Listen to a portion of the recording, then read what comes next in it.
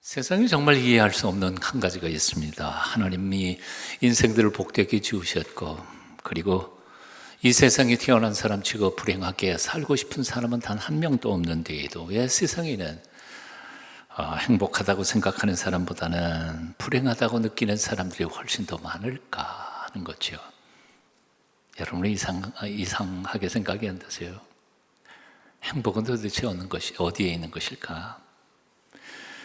모리스 마텔링크라고 하는 사람이 쓴 원작 행복의 파랑새를 찾아서 하는 동화책, 아마 대충은 아실 겁니다. 주인공인 찌르찌르와 미찌르는 행복의 파랑새를 찾아서 온 세상을 방황하게 됩니다. 하지만 그 오랜 방황 끝에 돌아온 그들은 행복의 파랑새는 처음부터 자기 집에 있었음을 깨닫게 되는 거죠. 우리들의 행복의 파랑새는 어디 있을까요? 오늘의 말씀의 주제입니다. 룻기 1장 1절은 이렇게 시작합니다. 사사들이 치리하던 때에 그 땅이 흉년이 드니라. 유다 베들레헴의 한 사람이 그의 아내와 두 아들을 데리고 모압 지방에 가서 거류하였는데 그 사람 이름은 엘리멜렉이요. 베들레헴 떡집이라는 뜻입니다. 그리고 베들레헴의 또 다른 이름인 에브랏 풍성하다는 뜻이죠. 베들레헴 에브랏, 그것은 풍성한 떡집이라는 의미입니다. 그런데 그렇게 풍성해야 할 베들레헴 떡집에 흉년이 들었습니다. 떡집에 떡이 없는 겁니다. 빵집에 빵이 없고요. 그리고 집에 밥 한 그릇 없는 휑한 가정이 되어버리고 만 겁니다. 더 이상 여기 살 수 없다고 생각한 엘리멜렉은 훌훌 털고 미련 없이 베들레헴을 떠나갔습니다. 하나님의 약속, 하나님의 언약 아래에서 배고프게 살기보다는 차라리 버림받은 이 이방 땅에서라도 배부르게 살고 싶었던 것이겠지요. 사사들이 치리하던 때에 그 땅이 흉년이 드니라. 유대 베들레헴의 한 사람이 그의 아내와 두 아들을 데리고 모압 지방에 가서 거류하였는데 1절을 아무리 곱씹어서 생각하고 묵상해도 여기에는 엘리멜렉의 고민이란 찾아볼 수가 없습니다. 그냥 흉년이 드니까 본능적으로 약속의 땅, 언약의 땅을 훌쩍 떠나가 버리고 만 거죠. 실제로 엘리멜렉의 가정이 정말 베들레헴에 흉년이 들어서 먹을 게 정말 없어서 떠난 것일까? 그건 아닌 것 같습니다. 룻기 1장 후반부에 아까도 읽었습니다만 나오미는 이렇게 말하죠. 내가 풍족하게 떠났더니 이제는 비어서 돌아오게 됐다. 풍족하게 떠났다고 말했습니다.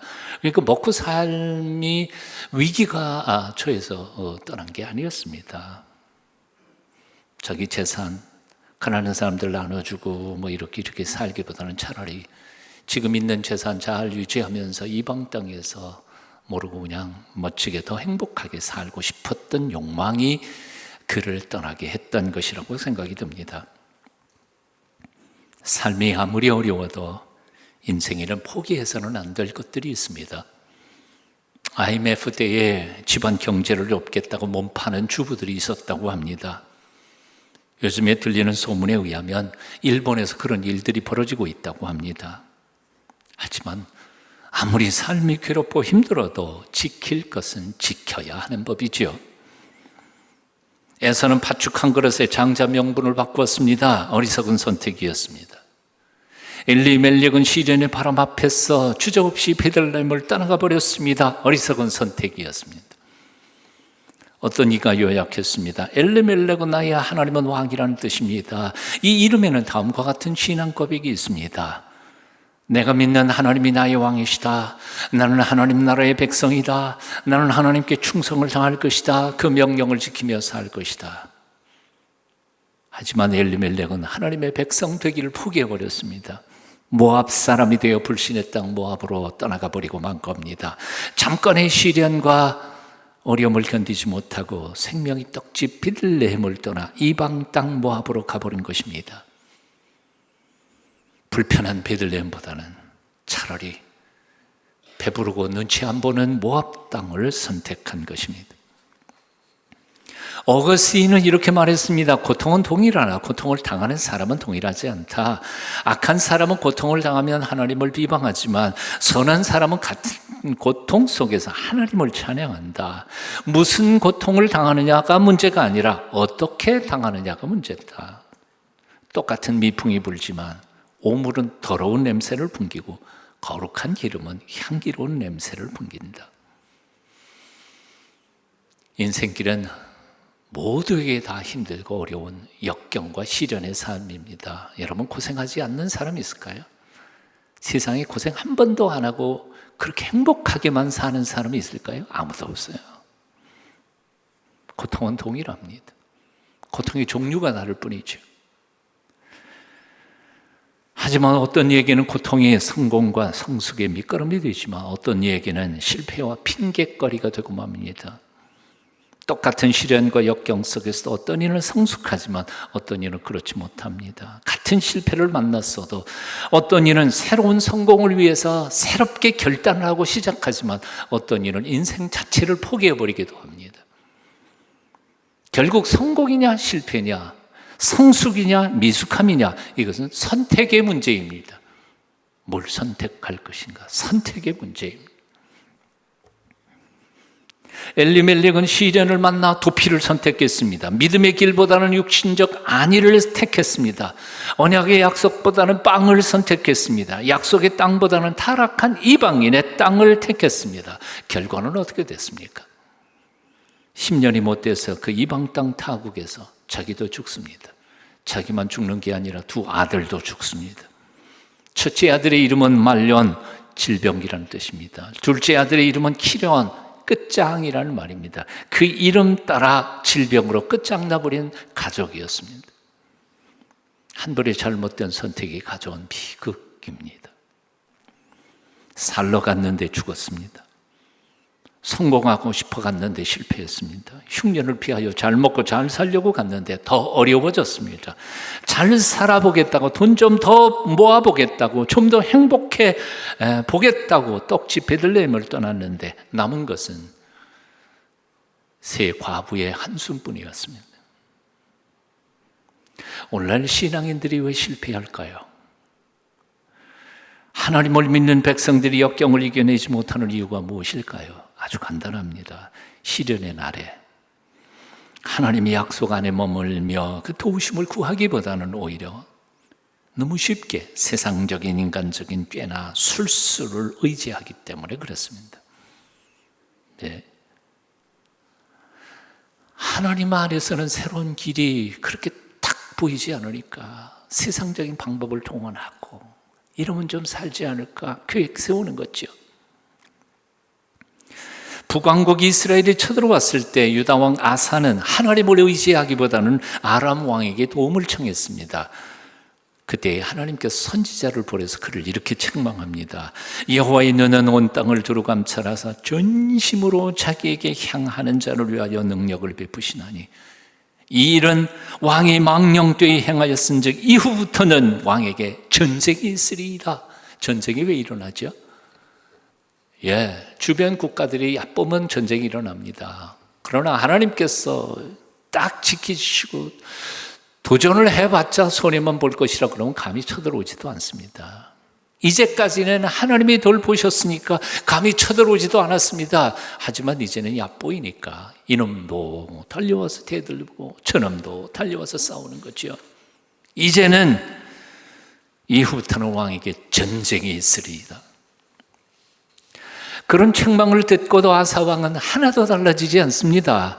아사가 왕이 된 지 39년에 그 발이 병들어 심히 중하나 병이 있을 때에 저가 여호와께 구하지 아니하고 의원들에게 구하였더라.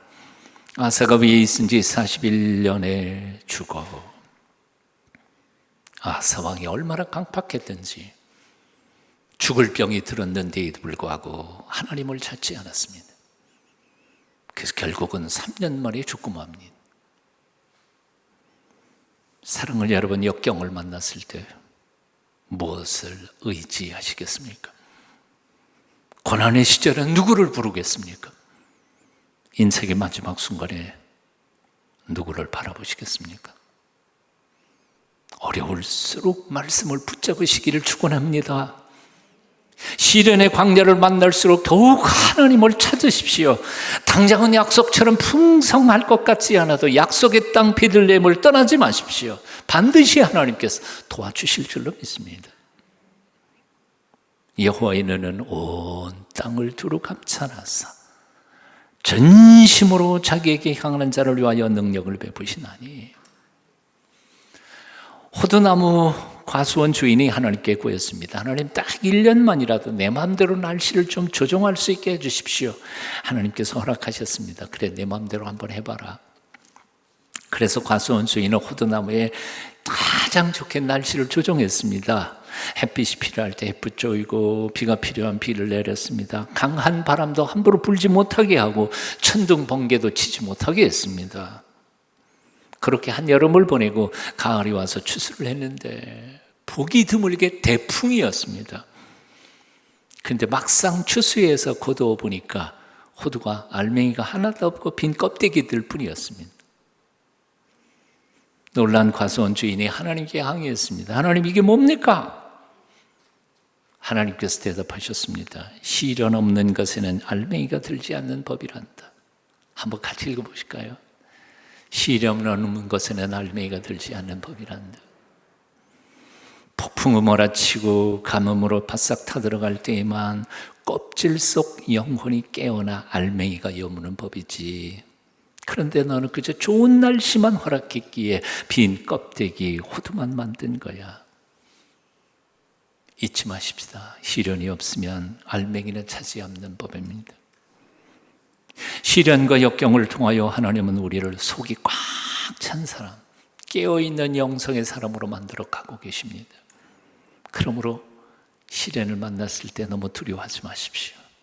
너무 쉽게 포기하지도 마십시오. 주께서 도와주실 것입니다. 나오미는 실로 복된 여인이었습니다. 태어나자마자 아버지가 너무 기뻐서 나의 기쁨이라는 뜻으로 나오미라고 이름을 지었습니다. 그런 나이가 들어서 결혼할 때에 나의 하나님은 왕이시다라는 이름의 엘리멜렉이라고는 하나님을 잘 믿는 믿음의 가정, 믿음의 남편에게 시집을 갔습니다. 한마디로 더 바랄 것이 없는 여인이었습니다. 그런데 이제는 남편도 두 아들도 모두 다 잃어버렸습니다. 그의 고백처럼 내가 풍족하게 나갔다니 여호와께서 나로 피어들어오게 하셨느니라. 나오미, 그 이름은 기쁨이었으나 이제는 슬픔의 주인공이 된 겁니다. 자신이 의지했던 그 모든 것들을 한꺼번에 다 잃어버린 나오미가 이제는 결단을 해야 할 때가 온 겁니다. 여기 그대로 머물 것인가? 이제라도 약속의 땅 베들레헴 고향 땅으로 돌아갈 것인가? 실패로 얼룩진 초라한 모습으로 고향을 찾아간다는 것은 죽기보다 싫었지만 이제라도 하나님 품속으로 돌아가 죽어서라도 내 고향 땅에 몸이 묻히고 싶은 소원이 그 마음속에 있었습니다. 그래서 며느리에게 자유를 줍니다. 너희마저 낯선 땅 돌아가서 고생할 게 뭐냐? 너희는 본래 이스라엘 백성들이 아니니, 특별히 이스라엘 땅에서 환대받지 못하는 모압 여자들이니 어렵게 나와 따라가서 살 필요 없다. 너희 민족에 돌아가서 애 낳고 잘 살아라. 자신의 실수를 인정한다는 것은 결코 쉬운 일은 아닙니다. 하지만 늦게라도 실패를 인정하고 다시 시작할 수 있다는 것은 큰 용기이고 축복입니다. 사랑하는 여러분, 요즘 혹시 실패하셨습니까? 절망이 되십니까? 주저앉아 머물러 있지 마십시오. 자리를 박차고 다시 일어나십시오. 하나님을 의지하기보다는 그동안 세상적인 술수 어줍지 않은 내 잔꾀를 의지했던 것을 회개하십시오. 하늘의 지혜를 구하십시오. 실패의 원인이 어디에 있었던지를 정직하게 돌아보며 성령의 은혜를 구하십시오. 내 눈앞에는 길이 안 보여도 하나님께서는 우리의 갓길을 열어주실 줄로 믿습니다. 오라, 우리가 여호와께로 돌아가자. 여호와께서 우리를 지으셨으나 토론하게 하실 것이요 우리를 치셨으나 싸매어 주실 것입니다. 여호와께서 이틀 후에 우리를 살리시며 제3일에 우리를 일으키시리니 우리가 그 앞에서 살리라. 하나님께로 돌아가십시다. 코로나19의 한파가 아무리 거세다 할지라도 우리가 하나님께 돌아가기만 한다면 하나님은 우리를 토론하게 하실 것입니다. 싸매어 주실 것입니다. 그분 앞에 우리가 안연히 살게 해 주실 줄로 믿습니다. 떡집 베들레헴으로 돌아가기를 결단한 나오미에게는 두 며느리가 있었습니다. 맏며느리 오르바, 예쁜 영양이라는 뜻의 이름입니다. 아마도 양처럼 예쁘고 매력이 넘치는 여인이었던 것 같습니다. 하지만 의지했던 남편은 죽고 늙은 시어머니가 돌아가고자 하는 이스라엘은 모압 땅 여인이 환영하지 않는 땅, 이방의 땅, 살기 쉽지 않은 곳.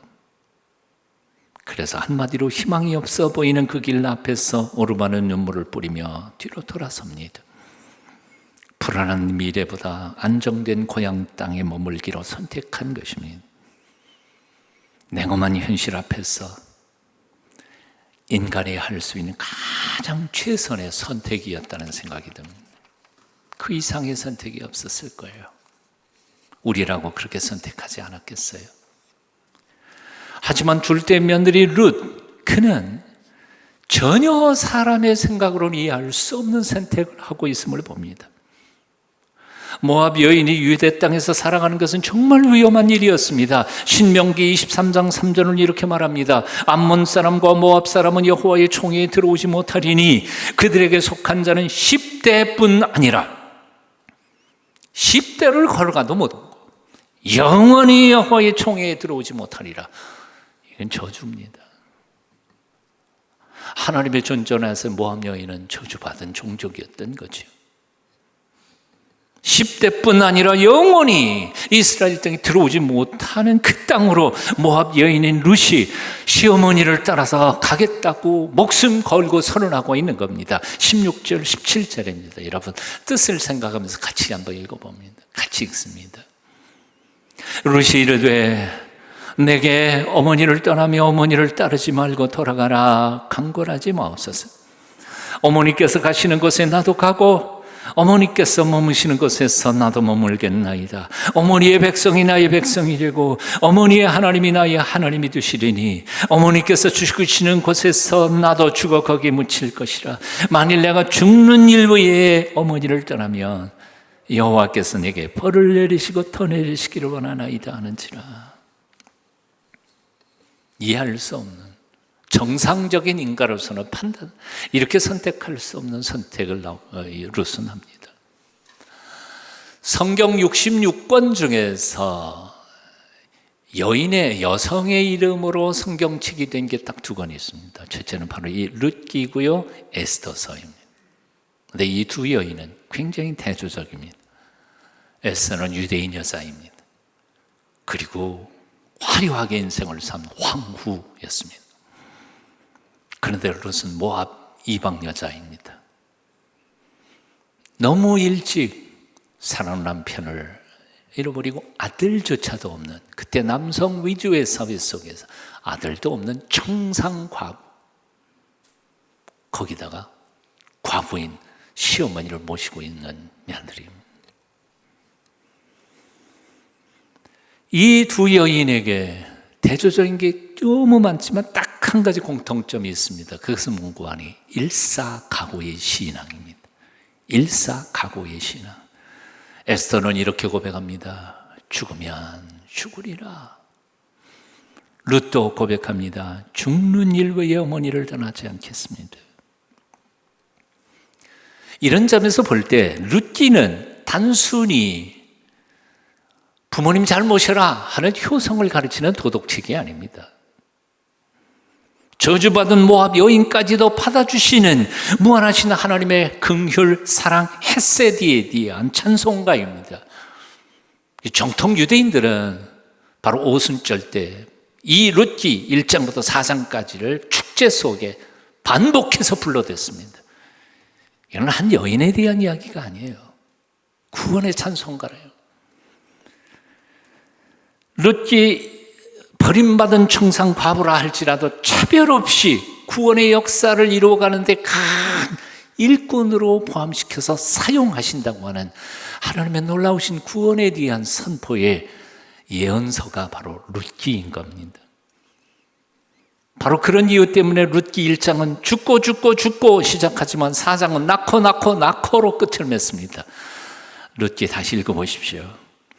1장에서는 흉년이 든 아무것도 없는 베들레헴을 탈출하는 것으로 시작하지만 4장은 보리와 밀을 추수해서 풍성하게 많아진 베들레헴에서 결혼잔치하는 것으로 끝을 맺습니다. 구원에 대한 놀라운 메시지가 룻기입니다. 이런 이유 때문에 룻기에 나오는 두 여인은 단지 시어머니와 며느리의 관계가 아닙니다. 살아계신 여호와 하나님을 함께 모시고 순례길을 동행하는 신앙의 동지들입니다. 고난을 함께 짊어지고 가다가 하나님의 축복을 함께 누리게 된 축복의 동반자들입니다. 이런 점에서 룻이라고 하는 이름이 의미가 정말 소중합니다. 룻이 뭔지 압니까? friendship, 우정입니다. 시어머니와 며느리가 우정을 나눌 수 있는 정도라면 정말 행복한 사이가 아니겠어요? 행복의 파랑새는 어디 있을까요? 처음 베들레헴에는 분명히 없었습니다. 그렇다고 찾아간 모압 땅에도 물론 행복의 파랑새는 찾을 수 없었습니다. 그러면 다시 돌아온 베들레헴에는 있었을까요? 아니요. 풍성한 떡집 베들레헴에 돌아왔다고 해서 저절로 행복의 파랑새를 찾을 수 있었던 것은 아니었습니다. 나오미와 룻은 하나님께서 예비하신 사람들을 만나야만 했습니다. 그리고 그 언약의 공동체 안에서 역사하시는 하나님을 만나야만 했습니다. 그 하나님의 백성들 속에서 함께 더불어 같이 어우러져 함께 살아가는 삶이 있어야 했던 겁니다. 한마디로 말해서 참된 행복의 파랑새는 어떤 장소에 있는 게 아닙니다. 베들레헴도 아니고 모압도 아니고 바로 복의 근원이신 하나님을 만난 사람들, 그리고 그 복음의 공동체들의 속에서 살아가는 사람들의 만남, 함께 사랑하고 용서하고 섬기고 사랑받으면서 사는 그 삶 속에 하나님의 행복은 우리에게 선물로 주신 것입니다. 사랑하는 여러분, 만날 사람을 만나셨는가요? 그리고 그 만난 사람과 함께 고난을 함께 누리면서 순례길을 동행하고 계신가요? 그렇지 않다면 여러분이 어느 곳에 있든지 진정한 행복은 발견할 수 없을 겁니다. 복의 근원이신 하나님께서 우리 인생들에게 주신 가장 큰 약속, 축복이 뭔지 아십니까? 땅이 아닙니다. 재물도 아닙니다. 권력과 출세도 아닙니다. 창세기부터 1장부터 요한계시록까지 읽어보십시오. 하나님이 당신의 백성들에게 주신 가장 큰 약속과 축복은 내가 너와 함께 영원토록 같이 있겠다는 거지. 아멘. 임마누엘 하나님, 그분이 가장 큰 축복이고 그분과 함께 동행할 때 거기에 진정한 행복이 있다는 거예요. 영원히 들어오지 못한다던 이스라엘 회중에 모압 여자 룻이 들어왔습니다. 그냥 들어온 게 아니라 이스라엘 역사 최고의 왕 다윗 왕의 증조 할머니가 됩니다. 그 정도로 끝난 게 아니라 메시아로 오시는 예수님의 족보에 그 이름이 등장하는 영광스러운 여자가 되었습니다. 하나님은 결코 실수하지 않으십니다. 그에게 소망을 두는 모든 자들 하나님은 축복하십니다. 여호와의 눈은 온 땅을 두루 감찰하사 진심으로 자기에게 향하는 자를 위하여 능력을 베푸시나니. 죽으러 고향 찾아가는 시어머니의 동반자로 따라간 룻의 아름다운 신앙이, 그리고 그 아름다운 만남과 동행의 축복이 오늘 여러분의 것이 다 되시기를 축원합니다.